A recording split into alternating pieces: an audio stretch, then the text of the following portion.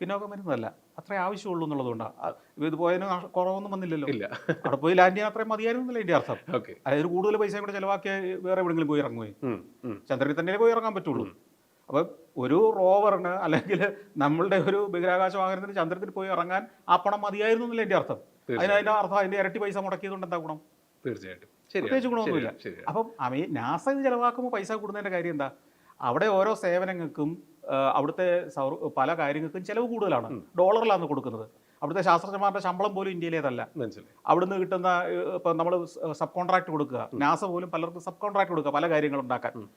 ISRO അങ്ങനെയല്ല. ISROയ്ക്ക് ഒരു factory ഇല്ല ഇതുണ്ടാക്കാൻ. പലരെ കോൺട്രാക്ട് കൊടുത്ത് LNT മുതൽ ടാറ്റ മുതൽ ഒത്തിരി കമ്പനികൾ ഇവർക്ക് വേണ്ടി ഓരോ കമ്പോണൻസ് ഉണ്ടാക്കുന്നുണ്ട്. അപ്പോൾ അതിൻ്റെ നിരക്ക് ഇന്ത്യയിൽ കുറവാണ്. ഇന്ത്യയിൽ ഏത് സാധനവും മാനുഫാക്ചർ ചെയ്യാൻ കോസ്റ്റ് കുറവാണ്, എക്സിക്യൂട്ട് ചെയ്യാൻ കോസ്റ്റ് കുറവാണ് എന്നതുകൊണ്ട് സംഭവിക്കുന്നതാണ്. അല്ലാതെ ഇല്ലാത്ത പൈസ കൊണ്ട് ഒന്നും സാധിക്കില്ല.